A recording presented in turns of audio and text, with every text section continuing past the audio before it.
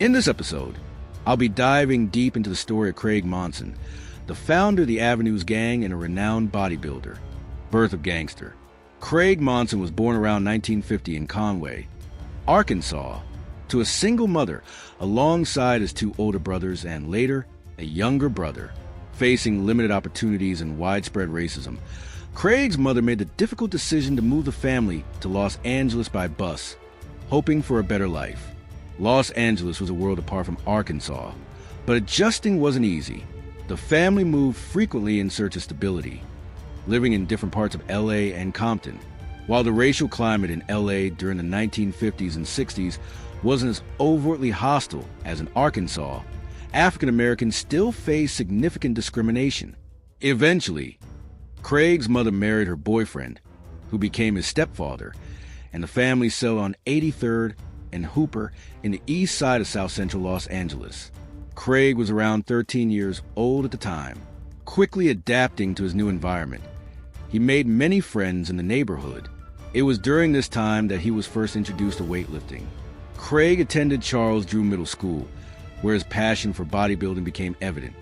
At a time when weight training wasn't widely accepted, his intense dedication to working out raised concerns among school staff, who suspected he might be dealing with psychological issues. The vice principal contacted Craig's mother and stepfather, asking them to come in for a private meeting. He expressed his concerns, stating that Craig was obsessed with exercising, spending all his time in the school gym, and that something must be wrong with him. However, there was nothing wrong. Craig simply loved working out.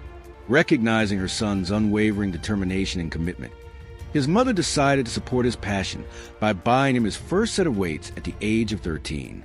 In addition to bodybuilding, Craig also loved football and played on several teams, both in school and in his neighborhood. But with his own personal set of weights, he was able to dedicate even more time to training, and his body quickly responded. By the time he was 14, his arms had grown so much that he had to cut slits in his short-sleeve shirts to make room for his bulging biceps. When Craig enrolled at Fremont High School, his arms measured an impressive 14 inches. By the time he graduated, they had grown to 17 inches. Although he had initially played football at Fremont, he soon realized that bodybuilding, not football, was his true passion. Black bodybuilders. During this period, Los Angeles was home to a growing community of black bodybuilders, paving the way for Craig's journey into the world of competitive weightlifting. During the 1960s, Los Angeles was home to various gangs, including groups like the Businessmen and the Slooms, among many others. Around 1967, at the age of 17, Craig Monson and several of his friends were hanging out, drinking, smoking, and socializing, when Craig suggested that their crew needed a name. Drawing inspiration from their home on Hooper Avenue, he came up with the Avenues. The Avenues quickly grew, consisting of Craig's close friends from the neighborhood and a number of teenagers from surrounding streets. Craig's reputation began to spread, not just because of his leadership, but also because of his imposing physical presence, which struck fear in many people at first glance. Those who dared to challenge him soon learned firsthand why he was so feared. This was an era before widespread gun violence, when disputes were settled with fists rather than firearms. Craig was highly skilled in hand-to-hand combat, earning him the nickname Big M, as he was known for knocking people out in fights. However, his rising notoriety also put him on the radar of law enforcement due to his sheer size and commanding presence. The police viewed him as a threat and frequently harassed him. He was often singled out, with officers attempting to intimidate him. One incident even involved police taking him to an alley and shoving a shotgun into his mouth to instill fear. Craig had little tolerance for disrespect, which led to numerous altercations in school. He was expelled from multiple high schools and even got kicked out for knocking out a teacher. His defiance eventually landed him in juvenile detention, where he served time in various camps. Despite his run-ins with the law, Craig always returned to leading the Avenues. Unlike many gangs that formed in later years, the Avenues were less about criminal activity and more about partying, hanging out, and working out. Of course, there were occasional fights, but they were more about proving dominance and engaging in senseless violence. 15-year-old named Raymond Washington, in 1968, When Craig was 18, he crossed paths with a 15-year-old named Raymond Washington, who would later go on to found the Crips. Known for his sharp tongue and quick wit, Raymond had a habit of talking slick, which irritated Craig. Things escalated one day when Raymond began making jokes at Craig's mother's expense. Craig responded by slapping him, making it clear that such disrespect wouldn't be tolerated.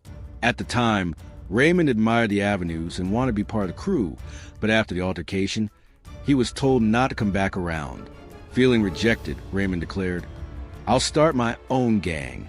According to Craig's own words, he mocked Raymond by asking, "And what are you going to call it, you little?" referencing Raymond's limp. Ironically, this insult would inspire Raymond's choice of name, the Crips. By 1970, at the age of 20, Craig was arrested again after an altercation with an intruder who had just been released from jail. A few days earlier, an intruder had broken into Craig's home. Assuming he was not there, the intruder, armed with a hammer, ransacked the house before Craig unexpectedly arrived. A violent struggle broke out, during which Craig was struck in the head with a hammer. Despite the blow, he managed to wrestle the weapon away from his attacker and turn it against him, ultimately resulting in the man's death. As Craig was figuring out how to dispose of the body, a close friend whom he trusted betrayed him by reporting the incident to the authorities. Craig saw the entire situation as an unfortunate and unforeseen event. He had been defending his home and believed his actions were justified as self-defense. However, the court saw it differently. He was arrested, charged, and later convicted of involuntary manslaughter in 1971. Craig was sent to Tracy Prison and later transferred to San Quentin State Prison. While incarcerated, he remained dedicated to his passion for bodybuilding, eventually developing massive 22-inch arms. He spent the next 4 years behind bars and was finally released in 1975. Upon returning to his neighborhood, Craig discovered that everything had changed. The Avenues were no longer active, and Raymond Washington, the young man Craig had once slapped, had risen to power, now leading what had become the largest black gang in Los Angeles, the Crips. Instead of diving back into gang life, Craig took an unexpected path. He became a hairdresser. Having grown up with barbering experience, he was naturally skilled at working with hair. However, his passion for bodybuilding never wavered, and he continued training rigorously. Over time, he developed relationships with influential figures, including Stanley "Tookie" Williams, the co-founder of the Crips. Craig and Tookie often worked out together, and Tookie viewed Craig as a mentor and role model, especially in the world of bodybuilding. Craig soon became a regular at the Pit in Venice Beach, a legendary training ground for bodybuilders. Craig always drew large crowds, who were amazed by his incredible feats of strength, sometimes lifting over 500 pounds with ease. Standing at 6 feet 2 inches and weighing 280 pounds of pure muscle, he became a dominant presence at Venice Beach. One day, while training there, a man approached Craig and offered to help him break into the world of competitive bodybuilding. Eager to take his physique to the next level, Craig began using steroids to enhance his performance. He soon started competing in bodybuilding tournaments worldwide, traveling to places like Switzerland and France, where he consistently won competitions. His rise in the bodybuilding world was meteoric, and he quickly became a global sensation. While working at City Gym in Los Angeles and training at the Pit in Venice Beach, Craig crossed paths with some of the most iconic bodybuilders of the time, including Arnold Schwarzenegger and Lou Ferrigno.